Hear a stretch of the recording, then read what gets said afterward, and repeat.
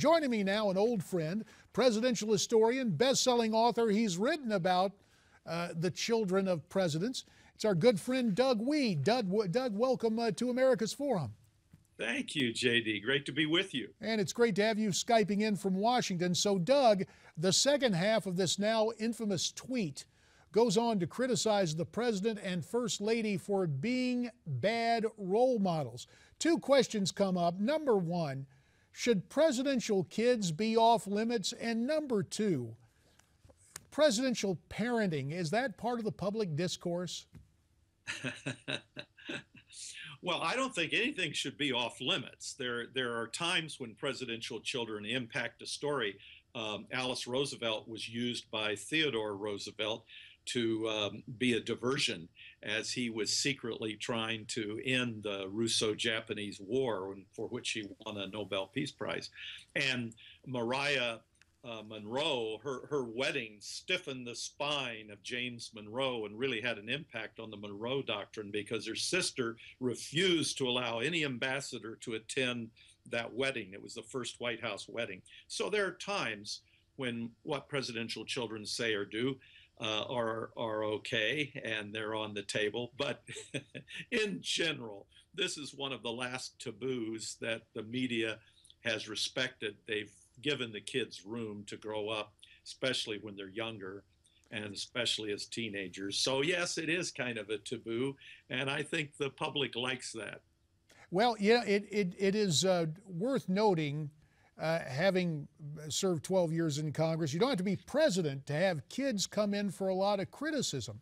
And I wonder, in your research of presidential children, was there any approach taken by any of the presidents to, I don't know how you say, cushion the impact of the public scrutiny, but in your mind, looking back at different presidents, who served as the most effective parents, recognizing what their children might face in terms of public eyes, if you will? Yeah, there have been, JD, some pretty bitter moments. William Henry Harrison, who was a public figure who became president, he and his wife buried their 3 adult sons in the 3 consecutive years leading up to his election as president. The Jackson newspapers, Andrew Jackson newspapers, attacked the boys, Harrison's sons, on various charges. And so there have been some pretty mean and bitter things that have gone on. The best presidents and first ladies with their children have been those, this is not an absolute rule I'm about to give you here, but it's a general trend, have been those who have kept their children out of the limelight. Zachary Taylor said, "I don't want my son near the White House when I'm president." And his son, Dick Taylor, who was one of General Lee's famous generals, is one of the few presidential children in history. You read about him in history books, and they don't even say he was the son of President Zachary Taylor, because he succeeded on his own right. In modern times, Jackie Kennedy was fiercely protective of her children. Those famous pictures we have of the Kennedy kids crawling around the Oval Office, that was an anomaly. Jackie Kennedy was out of the country when John Kennedy said, "Go get the kids." And so they brought them in their pajamas down from the presidential mansion, the White House mansion, to the Oval Office and had them crawl around and took a bunch of pictures. She was adamant about they should not be in public life. And there's no question in my mind that George W. Bush would never have been elected president if he'd been brought into the White House in a role like Jimmy Carter's son had been, or Gerald Ford's son, Jack, had been. It's very common for presidents to make their sons official secretaries. And even after they pass legislation making it against the law to put them on the payroll, the DNC or the RNC would put the kid on the payroll, and they had a lot of power. But George W. would not do that. He went back to Texas, and the most successful children are the children who establish their own separate identity from their parents. Doug, a couple of minutes remain. Back to the most recent example of the scrutiny of presidential kids. For Malia and Sasha to be out there, apparently they had a very adolescent response, and they rolled their eyes at the turkey pardoning ceremony.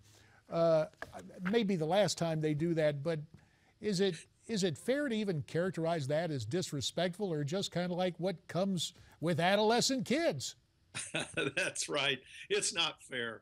I mean, we forgive the Bush twins for underage drinking and sticking their tongue out at reporters, and we forgive the Reagan daughter for posing nude for Playboy. I think we can give a pass for Malia and Sasha for being bored with this very anachronistic ceremony. That I think the pardoning of the turkey should get the axe.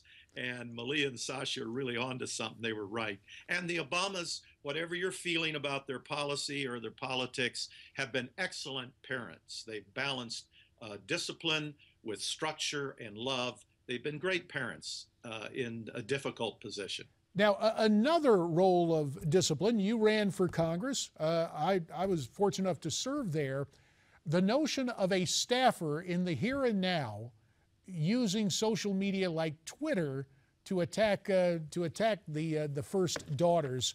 You think that staffer is long for a gig there on Capitol Hill? About a minute remains. I think it'll be very hard for her, but in fairness, we've had staffers call presidents Hitler and Nazis, and on both sides. And so this is a great lesson for all of us. She apologized very quickly and was sorry that she was thinking out loud online, which like a lot of us do. So it's a good lesson for all of us, I think, to learn from.